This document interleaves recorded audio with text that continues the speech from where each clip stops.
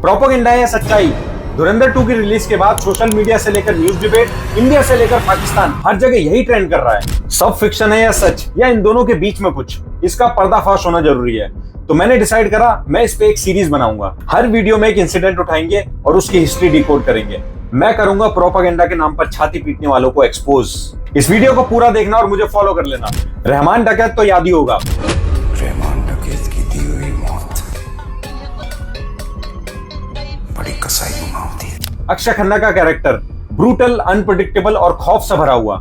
लेकिन असली सवाल यह है कि ये आदमी था कौन और लियारी असल में है क्या? लियारी कराची का एक एरिया है, जितना खौफनाक उससे ज्यादा फैसिनेटिंग इसकी हिस्ट्री। साल 1729 में एक हिंदू बिजनेसमैन भोजोमल ने इसकी स्थापना की। फिर 1830 में यहाँ पे अंग्रेज आए, शहर और विकसित हुआ और कराची एक मेजर पोर्ट सिटी बन गया। अलग अलग शहरों से लोग आकर बसने लगे, उस टाइम के इंडिया से भी।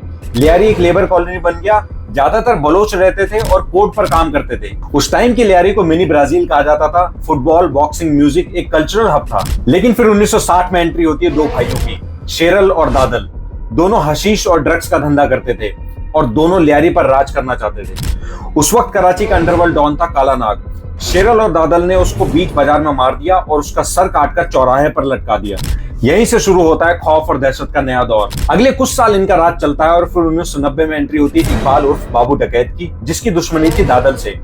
एक दिन बाबू डकैत दादल को बीच बाजार में मार देता है और लियारी का नया किंग बन जाता है। और यहीं से स्टोरी और पर्सनल हो जाती है, क्योंकि इसी दादल का बेटा था सरदार अब्दुल रहमान बलोच उर्फ रहमान डकैत। रहमान को सहारा देता है दादल का पुराना साथी हाजी लालू।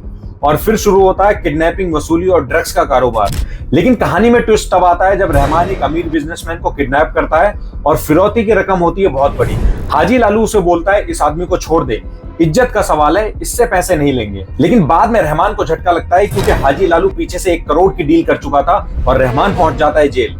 वहीं जेल में वो डिसाइड करता है कि जिसको वो बाप की तरह मानता था उसी ने उसके साथ धोखा किया और अब वही है उसका टारगेट। यहीं से गैंग 2 हिस्सों में बट गया। एक तरफ था रहमान डकैत और दूसरी तरफ था हाजी लालू और उसका बेटा अरशद पप्पू। रहमान एक मॉन्स्टर था। हाजी लालू के धोखे ने उसे और भी हैवान बना दिया। 13 साल की उम्र में उसने पहला मर्डर किया और 1995 में उसने कुछ ऐसा किया कि लियारी के आम लोगों के साथ साथ गैंगस्टर्स की भी रूह कांप गई। नेक्स्ट पार्ट में देखेंगे रहमान का खौफनाक कारनामा और उसके बाद लियारी गैंगवार की कहानी।